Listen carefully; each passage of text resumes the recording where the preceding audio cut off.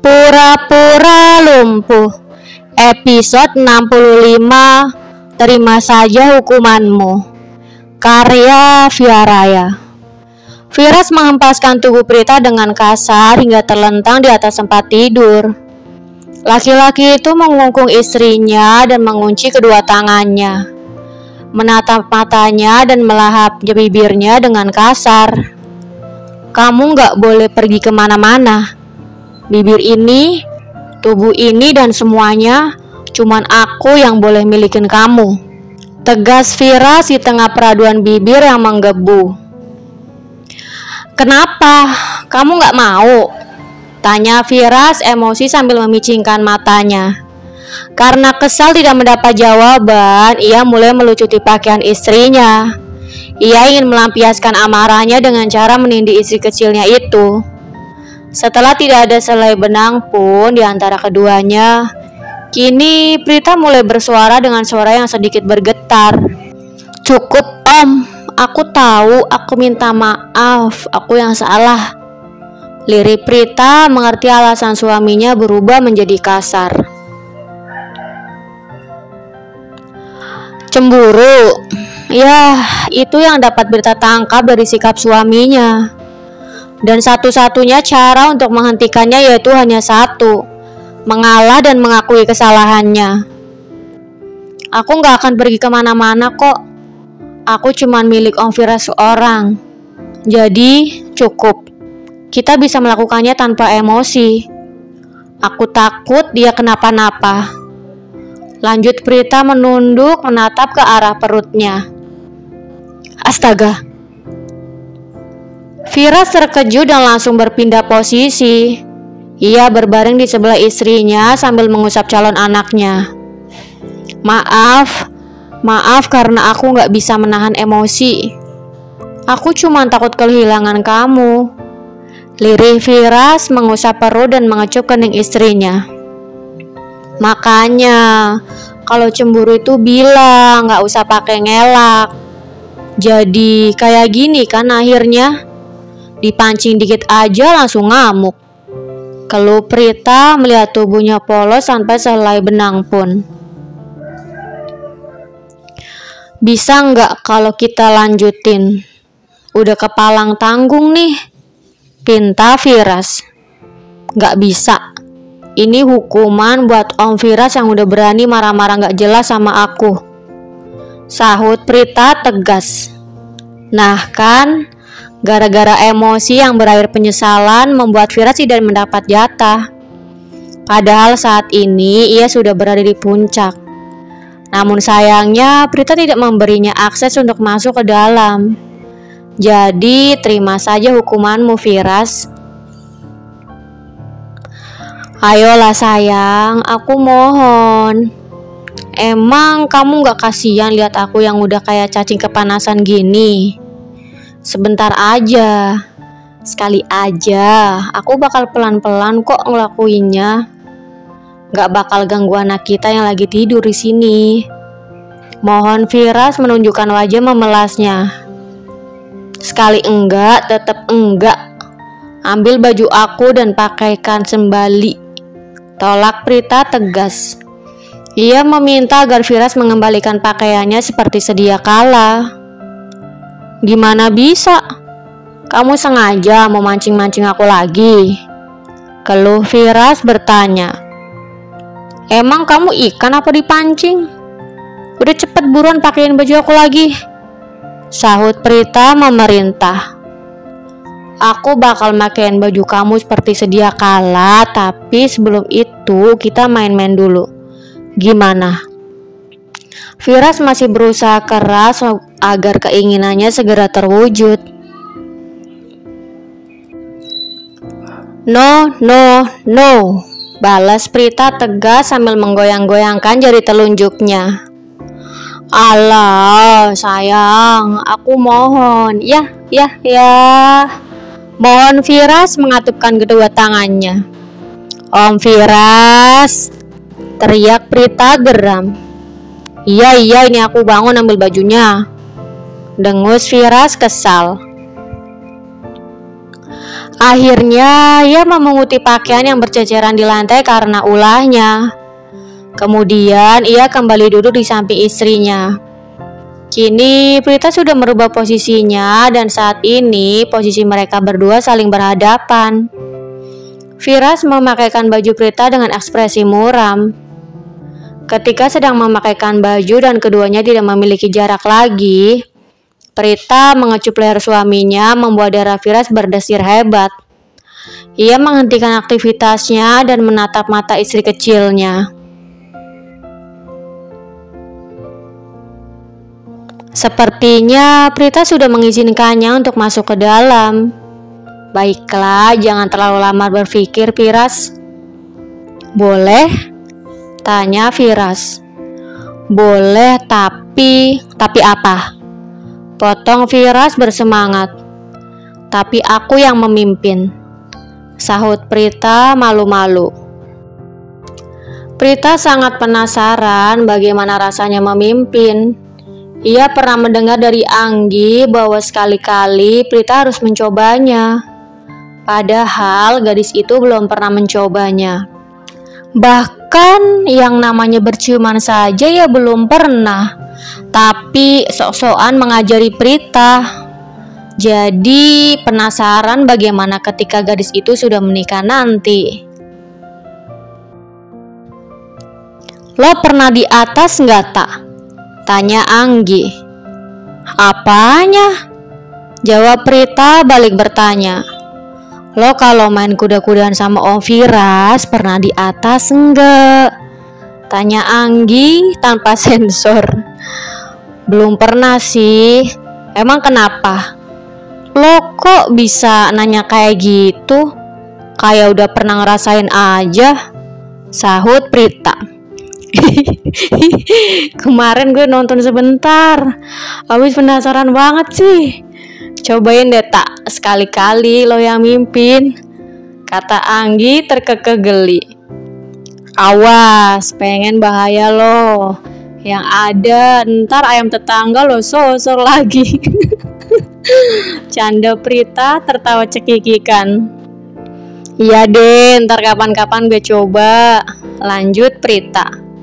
Suwe lo, tak? Bener deh, ntar lo cobain. Abis itu lo ceritain ke gue, biar gue gak penasaran. Ya, hitung-hitung buat pelajaran gue ntar kalau udah nikah. Dengan senang hati, ujar Firas langsung mengatur posisi. Prita memulai semuanya secara perlahan. Dimulai dari menyesap dan membuat jejak kepemilikan, ia tidak meninggalkan satu jengkal pun. Semuanya ia jamah sampai tak bersisa. Suara lenguhan terdengar di telinganya, membuat wanita itu semakin bersemangat dan lincah. Main-mainnya udahan dong sayang, udah gak tahan nih. Bener mau udahan, baru juga sebentar. Cemen banget sih, tanya Prita sedikit mengejek. Untuk sekarang cukup, nanti malam kita lanjut lagi. Aku pastiin abis itu kamu gak akan bisa jalan lagi kayak dulu, balas Firas balik mengejek. Oke, deal, kita lihat aja entar. Wanita itu berhenti bermain-main sesuai permintaan suaminya. Ia mengakhiri semuanya secara perlahan tetapi pasti. Setelah itu, ia berbaring di sebelah suaminya dan peluk yang membasahi tubuh mereka berdua. Makasih sayang, ujar Firas mengecup kening istri kecilnya.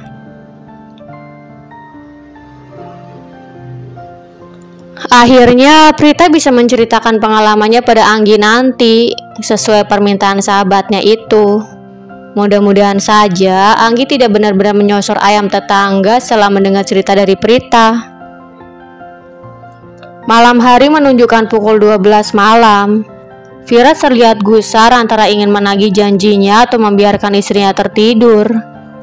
Namun hawa panas di tubuhnya memaksa agar membangunkan sang istri. Sayang, kita jadi tanding lagi nggak? Aku udah siap nih, mau bikin kamu nggak bisa jalan, ujar Firas menggoyangkan tubuh istrinya. Sayang, bangun dong. Kamu gak lupa kan tadi sore kita udah bikin kesepakatan? Ujar Firas lagi. Ia masih berusaha keras membangunkan Prita dan sampai akhirnya wanita itu pun bangun. Om Firas, apaan sih, ganggu orang tidur aja? Keluh Prita enggan membuka mata. Maaf, tapi kita harus memastikan siapa yang cemen di antara kita, ujar Firas. Bukannya menjawab, Prita justru berbalik dan memunggungi Firas. Sementara sang empu, ia masih mencoba membangunkan Prita meski sedikit putus asa. Terdengar seperti suara orang terjatuh dari tempat tinggi. Apaan tuh? Prita terkejut dan terbangun dari tidurnya. Ia mencari asal suara yang begitu mengagetkan. Aku di sini, sayang. Kamu kok tega banget sih nendang aku sampai jatuh kayak gini? Ujar Firas melambaikan tangannya dengan kesakitan. Ya ampun, oh maaf, aku gak sengaja. Balas Prita bangkit turun ke bawah membantu Firas berdiri. Gak sengaja, sakit tahu. Pokoknya kamu harus tanggung jawab, ketus Firas. Bukannya mendapat jatah ronde kedua, Firas susul ditendang hingga tersungkur jatuh di atas tempat tidur. Namun, ia tidak kehabisan ide. Ia tetap berusaha agar pertandingan yang mereka berdua rencanakan tetap berlangsung. Ini aku tanggung jawab bantu Om Firas bangun, balas Prita. Wanita itu benar-benar polos dan tidak tahu maksud suaminya. Bukan tanggung jawab kayak gini yang aku mau. Terus maunya yang kayak gimana? Tanya Prita polos. Kayak tadi sore, bukannya kita udah sepakat mau membuktikan siapa yang paling kuat di antara kita berdua? Jawab Firas mengingatkan. Gak nyambung banget sih, protes Prita. Biarin aja gak nyambung. Yang penting sekarang aku mau nagih kesepakatan kita, balas Firas masih tetap pada pendiriannya. Tapi aku ngantuk, Om. Gimana kalau besok malam aja? Mau gak? Tawar Prita benar-benar mengantuk. Gak bisa, pokoknya harus malam ini juga. Kalau kamu ngantuk, kamu tidur aja gak apa-apa. Biar aku yang bekerja keras, balas Firas sambil tersenyum menyeringai. Bagaimana bisa Prita kembali tertidur sementara ada seseorang yang akan menyentuhnya? Bukannya tertidur, ia justru akan melenguk keras. Ya udah, aku nyerah, aku yang kalah. Sekarang Om Firas bisa mulai, tapi inget ya, pelan-pelan, kata Prita pasrah. Akhirnya ronde kedua pun berlangsung lumayan lama, karena memang yang kedua selalu membutuhkan waktu yang lama. Namun karena Firas melakukannya secara perlahan dan hanya satu kali, jadi keesokan harinya Prita masih bisa berjalan normal seperti biasa. Tidak ada yang menang dan tidak ada yang kalah, hanya kepuasan yang mereka dapat. Tidak seperti kesepakatan awal mereka. Sayang, mulai sekarang yang jemput kamu pulang sekolah Zafran ya, kata Firas ketika mereka sedang menikmati sarapan pagi di meja makan. Loh, emang kenapa? Tanya Prita terkejut. Kata Zafran sekalian biar dia bisa jemput Anggi setiap hari, jawab Firas. Wow, kayaknya ada kabar bagus nih dari Mas Zafran sama Anggi, kata Prita. Bisa jadi, mungkin rencana kita buat deketin mereka berdua berhasil, balas Firas. Mereka berdua tidak tahu saja alasan Zafran yang sebenarnya. Memang benar Zafran ingin menjemput Anggi dan mengantarnya pulang. Namun, ia melakukan itu semata-mata demi membantu Anggi menyembuhkan traumanya. Mudah-mudahan saja suatu saat nanti apa yang Vira dan Prita pikirkan bisa terjadi, menjadi kenyataan. Bersambung. Jangan lupa untuk like, komen, share, subscribe, dan tekan tombol lonceng untuk mendapatkan notifikasi episode selanjutnya. Terima kasih.